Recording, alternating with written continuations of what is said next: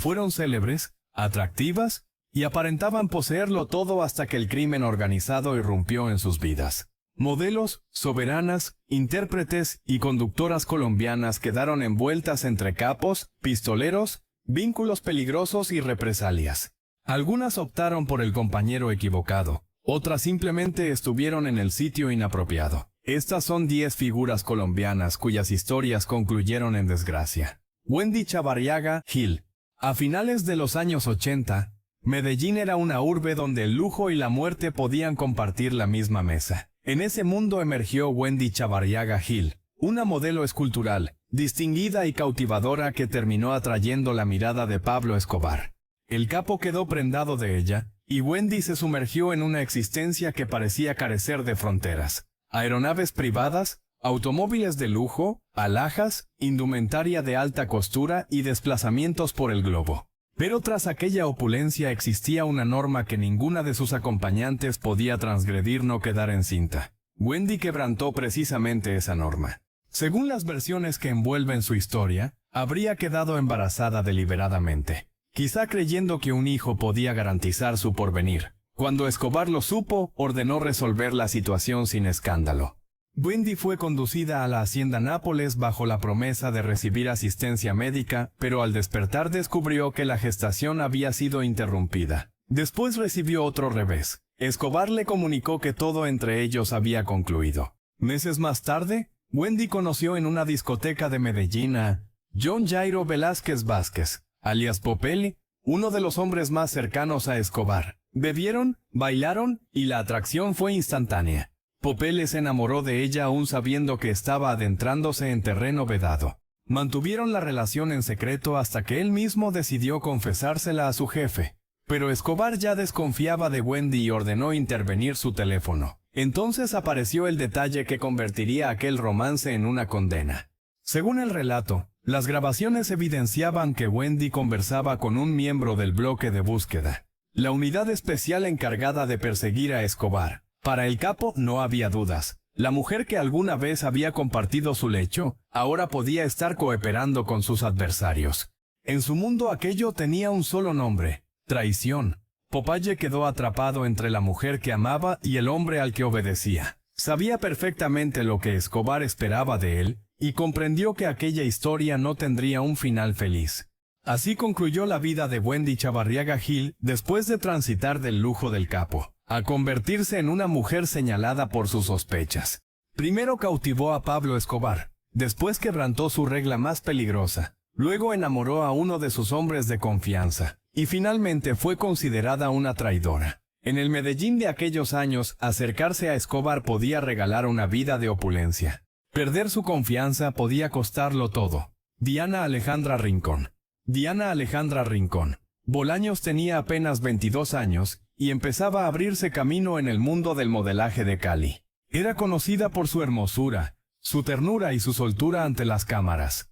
Había participado en concursos de modelaje, laboraba en fotografía y protocolo. Era imagen de marcas locales y también había aparecido en videoclips de artistas urbanos. Todo parecía apuntar hacia una trayectoria que apenas se iniciaba. Pero a principios de junio de 2015, su nombre dejó de vincularse a las cámaras y comenzó a encabezar los titulares por una razón mucho más siniestra. El cadáver de Diana fue hallado en un cañaduzal entre Palmira y Cali en el Valle del Cauca. La escena desconcertó desde el primer instante. La joven todavía portaba un elegante vestido de fiesta, pero carecía de documentos y teléfono celular.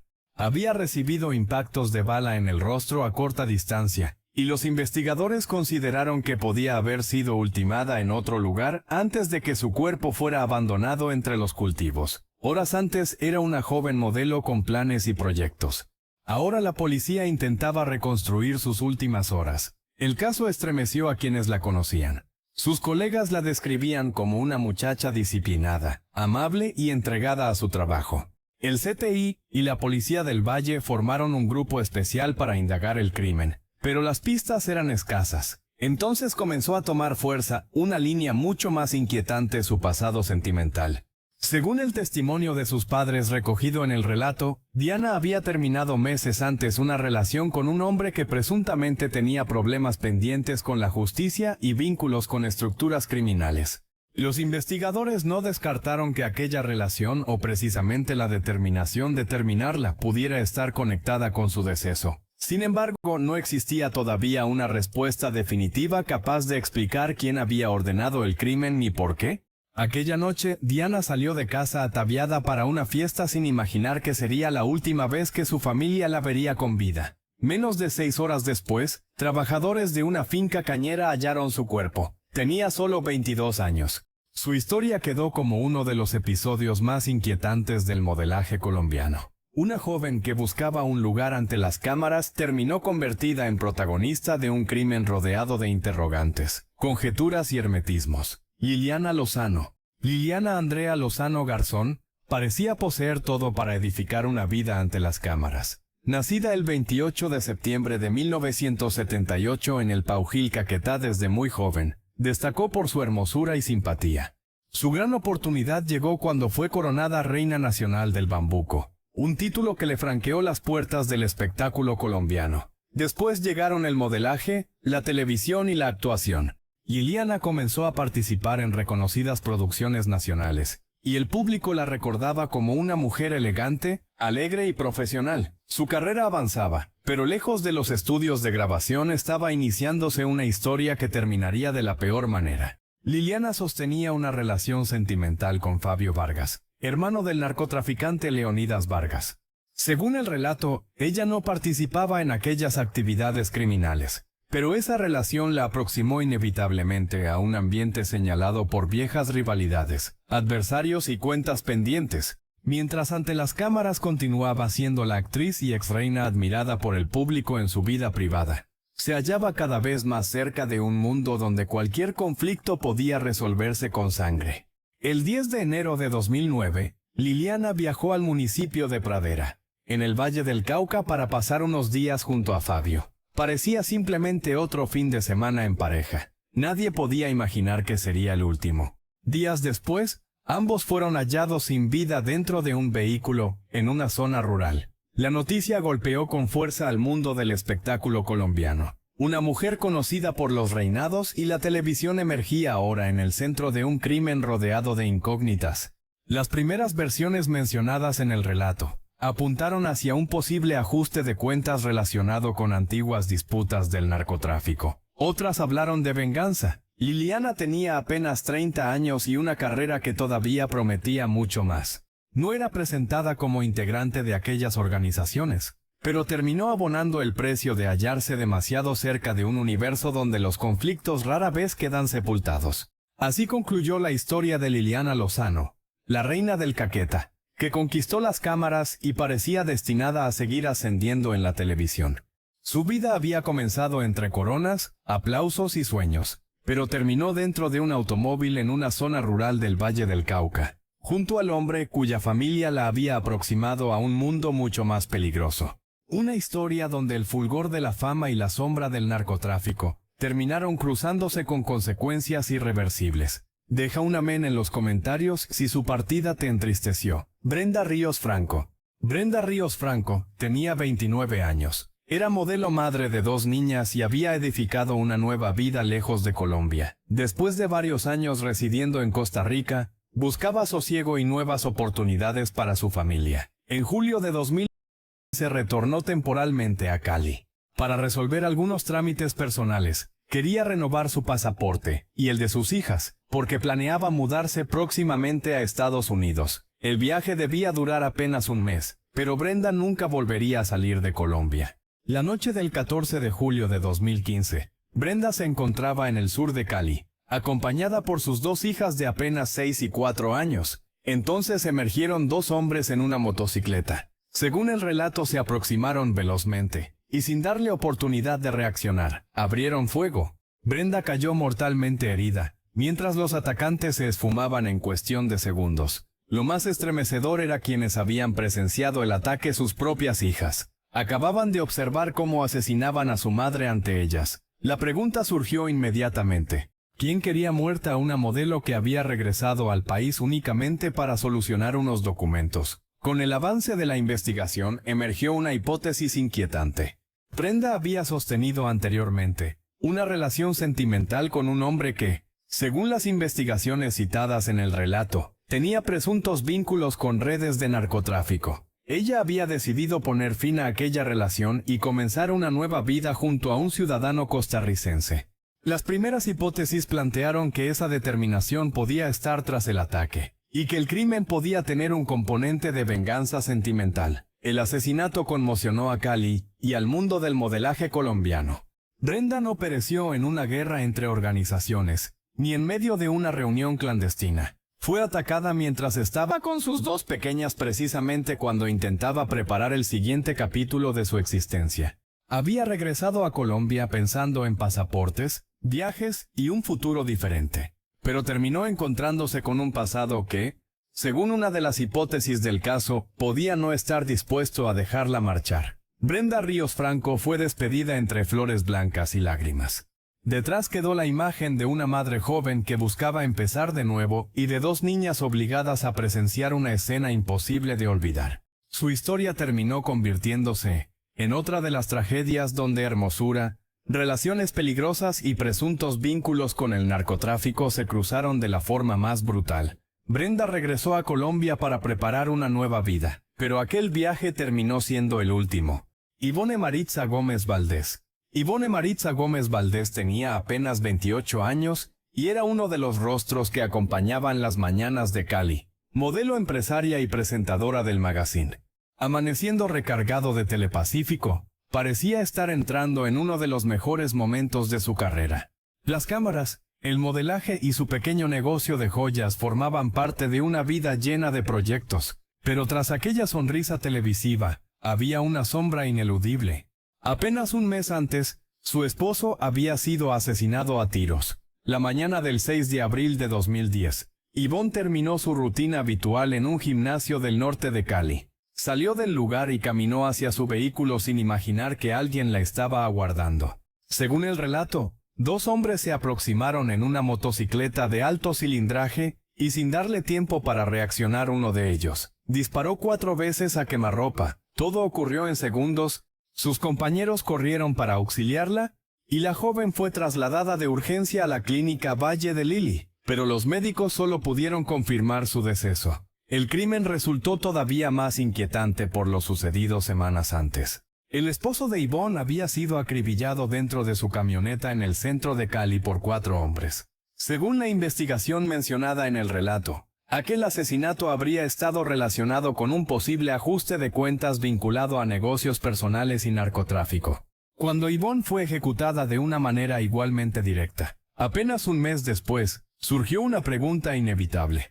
Los dos homicidios formaban parte de la misma historia. Los investigadores sospecharon que podía existir una conexión, pero las respuestas definitivas nunca llegaron.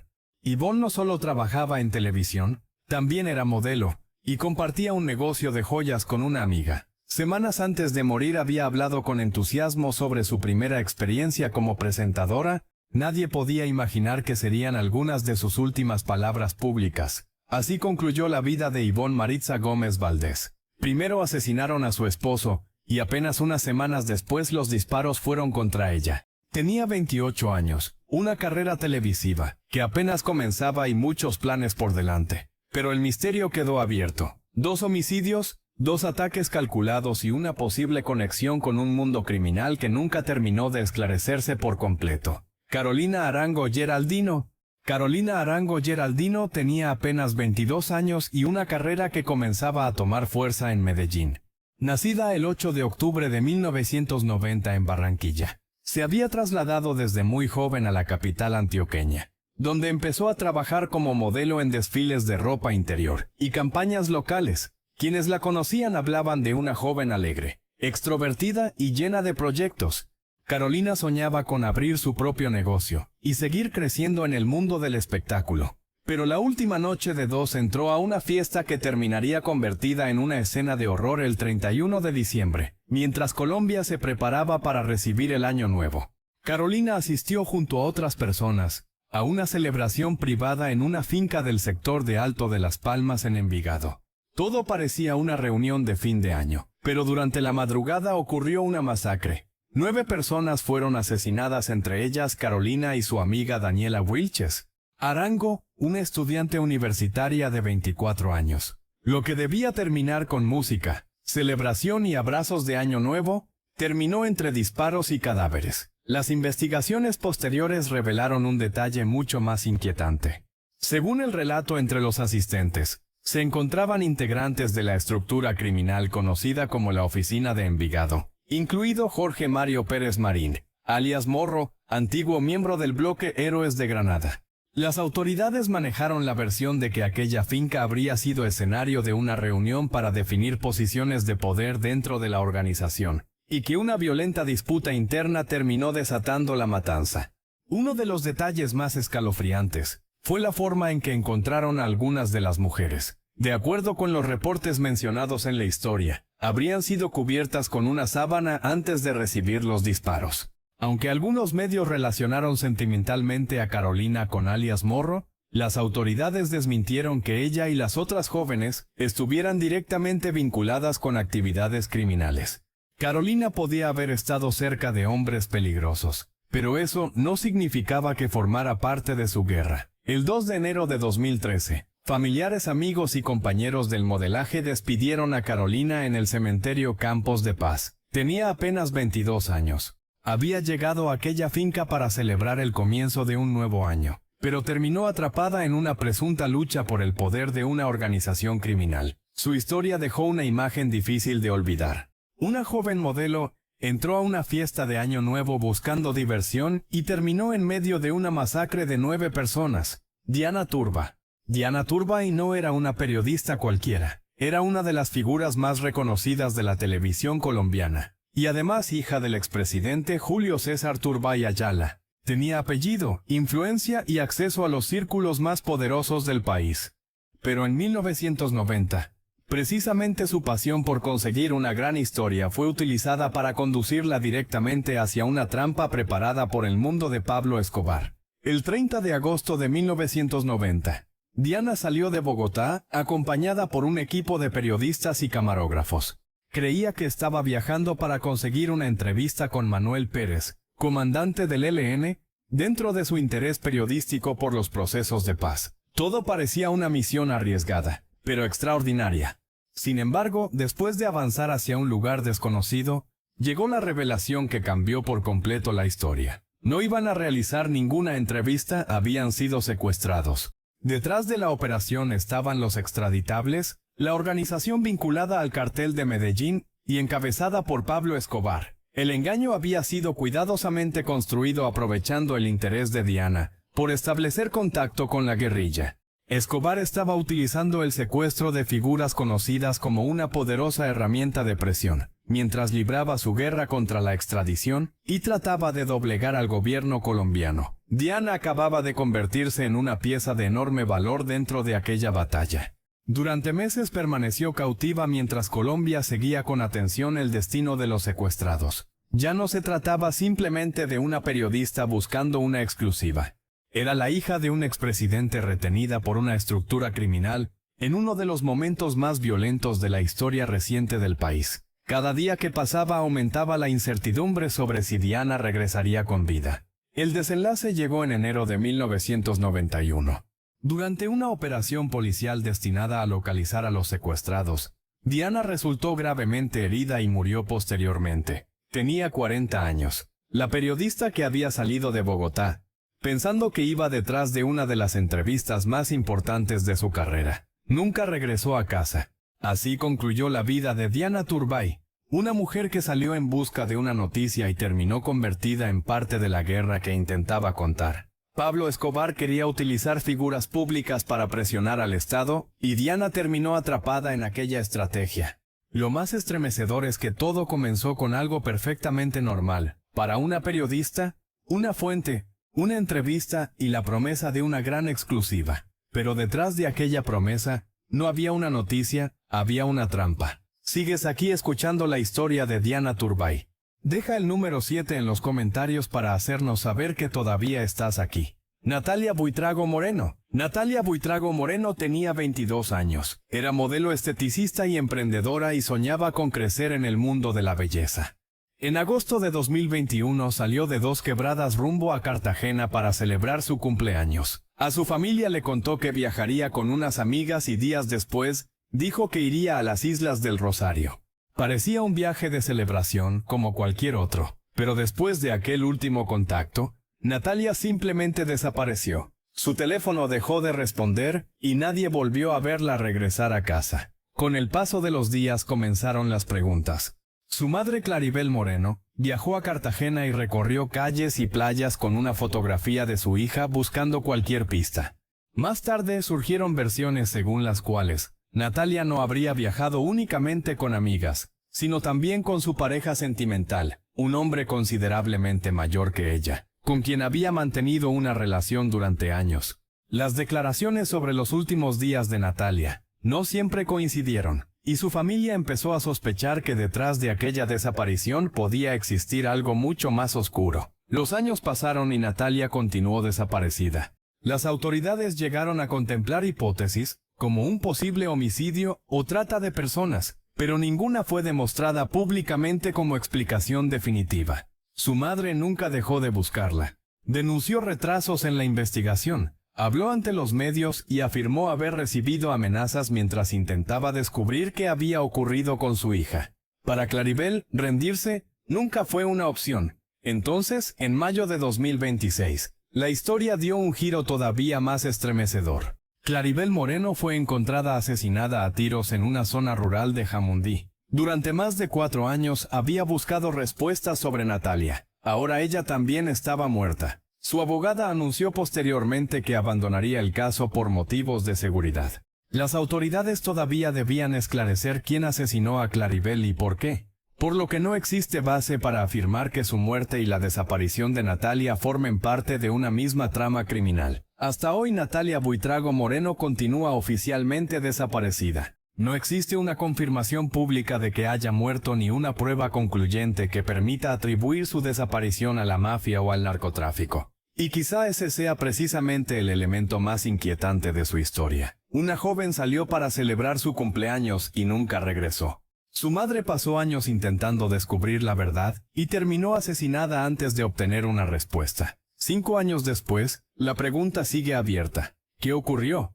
realmente con Natalia Buitrago? Doris Hill, Santa María. Doris Hill, Santa María había sido una de las mujeres más admiradas de Colombia. Coronada señorita Colombia en 1957, su belleza la convirtió en un símbolo de toda una generación. Después se casó con el empresario Helmut Dickenbach y construyó junto a él una historia de amor que sobrevivió durante más de 4 décadas. Pero a finales de 2002, cuando Doris tenía 65 años, aquella vida terminó entrando de golpe en uno de los capítulos más violentos del conflicto colombiano. El 26 de diciembre de 2002, Doris y Helmut fueron secuestrados por miembros de las FARC cuando se encontraban en Cundinamarca. Lo que comenzó como una jornada tranquila, se transformó en un cautiverio que se prolongaría durante casi 6 meses. La antigua reina, que décadas atrás había aparecido entre coronas, vestidos y flashes, ahora estaba retenida en las montañas, lejos de su familia y bajo vigilancia de hombres armados. Pero hubo un detalle que convirtió su historia en algo todavía más dramático.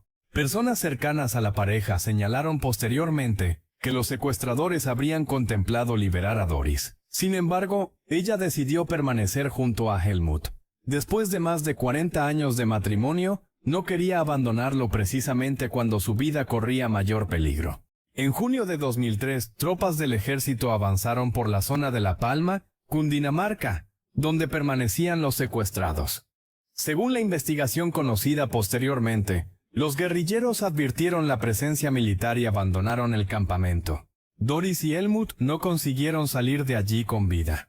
Sus cuerpos fueron encontrados con heridas de arma de fuego en la vereda El Palmar. La fiscalía responsabilizó posteriormente a miembros y mandos de las FARC por el secuestro y asesinato de la pareja. Así terminó la vida de Doris Hill Santa María, la mujer que alguna vez había llevado la corona de señorita Colombia. Su historia comenzó entre concursos de belleza y celebraciones de la alta sociedad, pero terminó casi medio siglo después en una montaña de Cundinamarca, y detrás de la tragedia quedó el detalle más conmovedor. Cuando habría existido la posibilidad de separarse de su esposo Doris, decidió quedarse. La reina, que había prometido compartir su vida con Helmut, terminó acompañándolo también hasta el final. Abigail Guerra era una joven modelo y creadora de contenido originaria de San Jacinto Bolívar, que se había instalado en Bogotá buscando construir su propia vida. Tenía apenas 20 años. Algunos primeros reportes hablaron de 21, cuando en la madrugada del 31 de enero de 2024, terminó atrapada en una emboscada que parecía diseñada para matar. Lo que los vecinos de Villas de Granada en Engativá creyeron inicialmente que era un aparatoso accidente de tránsito, escondía una escena mucho más oscura dentro del automóvil. Había 2 personas muertas a tiros. Una de ellas, el vehículo había sido perseguido por hombres armados que se movilizaban en motocicleta. Los disparos comenzaron antes de que el automóvil terminara estrellándose contra un taxi. Abigail murió dentro del carro, pero con el avance de la investigación surgió una revelación todavía más inquietante. Ella aparentemente no era el objetivo principal. De acuerdo con información posterior sobre la investigación de la Fiscalía, el verdadero blanco habría sido Cristian Daniel García, novio de Abigail, quien sobrevivió al atentado. Entonces apareció el posible origen de la trampa. La Fiscalía encontró indicios de que un hombre conocido como alias Bebé, recluido en la cárcel La Modelo de Bogotá, presuntamente dirigía desde prisión una estructura dedicada a extorsiones y asesinatos. Según la investigación divulgada meses después, habría preparado una cita para atraer a un antiguo socio y ordenar su muerte. Abigail estaba dentro del vehículo cuando los sicarios aparecieron. Las primeras investigaciones también exploraron posibles conexiones con narcotráfico y control de zonas de expendio de drogas. Sin embargo, existe una diferencia fundamental. No hay base para afirmar que Abigail perteneciera a una organización criminal. Los elementos conocidos apuntaban principalmente hacia las personas que la acompañaban y hacia quienes habrían organizado el ataque. Ella terminó en medio de una disputa que aparentemente tenía otro objetivo. Así terminó la vida de Abigail Guerra, una joven modelo cuya última noche se convirtió en una persecución por las calles de Bogotá. Primero aparecieron los sicarios, después los disparos y finalmente el choque que reveló la magnitud del ataque. Pero el detalle más escalofriante surgiría después. Abigail pudo no haber sido la persona que querían matar. Estaba dentro del automóvil cuando una trampa preparada para otro hombre se cerró sobre todos.